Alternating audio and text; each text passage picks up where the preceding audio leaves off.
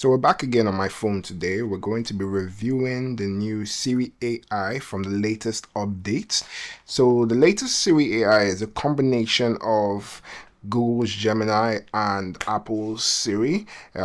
It's literally just a amalgamation of both of them because they've Apple has been promising for a while that they're going to improve their Siri's capabilities, and they don't really want to go from the ground up to build an entire AI library with its own data centers and everything. So what they did is they partnered with Google's Gemini and Google, in fact, just to build something that can benefit Apple users as well as everybody as a whole. It's literally a godsend. I'm not even going to lie. I rarely used Siri before. Rarely. Like, my worst case scenario, the only thing I can honestly tell you that I use Siri or I've relied on for Siri before was two things. I was going to say one, but the second thing just came to my mind. That's how bad it is. Number one, to set an alarm. Hey Siri, set an alarm. That was it. That, and the second thing is just if I want to find my phone. It sounds dumb, I know, but if I ever want to find my phone, I just say, hey Siri, and it will just, wherever it reacted, I'll just listen for it. And that's the two major things I've always used Siri for. That is it. But now, that has changed, and that has changed for the better. It has changed in such a dramatic way. It's gotten so good to the fact that I'm using it for almost things that I would never have thought of. Oh, I need some ideas, and I don't even need it to tell me ideas, and that's all.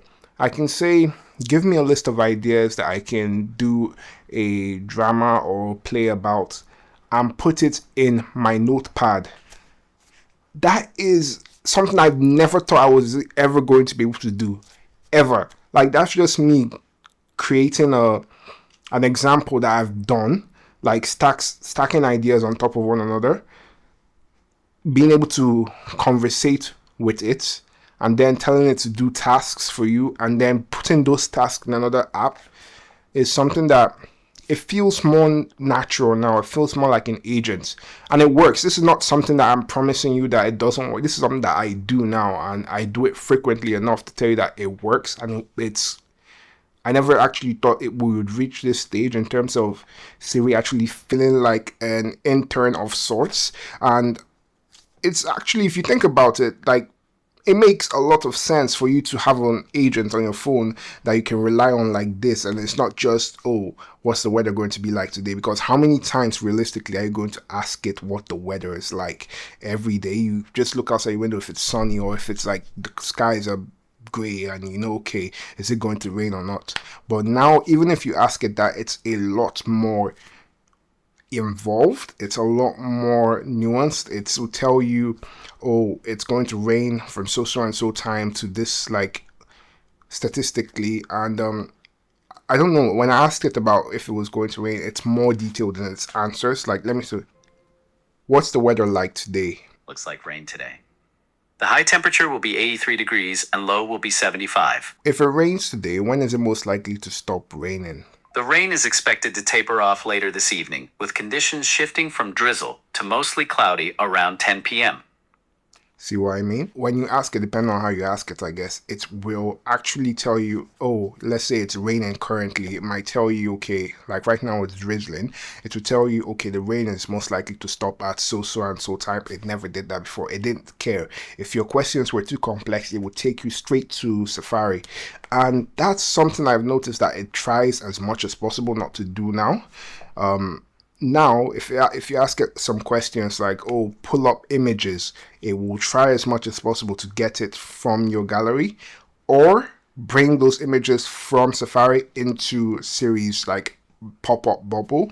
But there are downsides that I'm bringing up now that I've personally noticed because I've used it intensively just to try and make this video here. And I will say this, I shouldn't really expose this, but I've noticed this. This is like the one major flaw that I've noticed.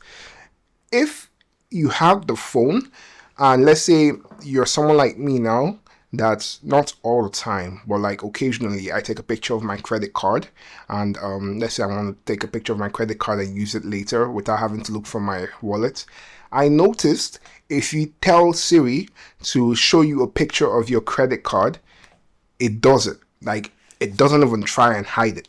It will. So if anybody picks up your phone and asks Siri to show a picture of a credit card in your photo gallery, let's say you were assuming that it's not something that anybody might pick up and scroll and find, they don't even have to scroll anymore. They could just say, hey Siri, show me a picture of a credit card, and it will show them. That's literally the only downside I can say it has, and it's major. I'm not gonna lie, it's major.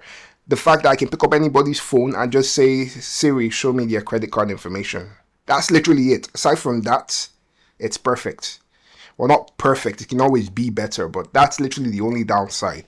But otherwise, it's great step in the right direction. It's a beautiful innovation, and it's literally technology that excites, and I can't wait to see how far it goes. Well, with that being said, if you enjoyed this video, please do drop a like down below, hit that subscribe button, and have a great day.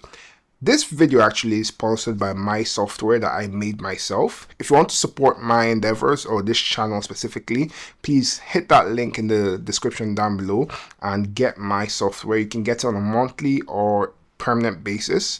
But with that being said, have a great day. Take care.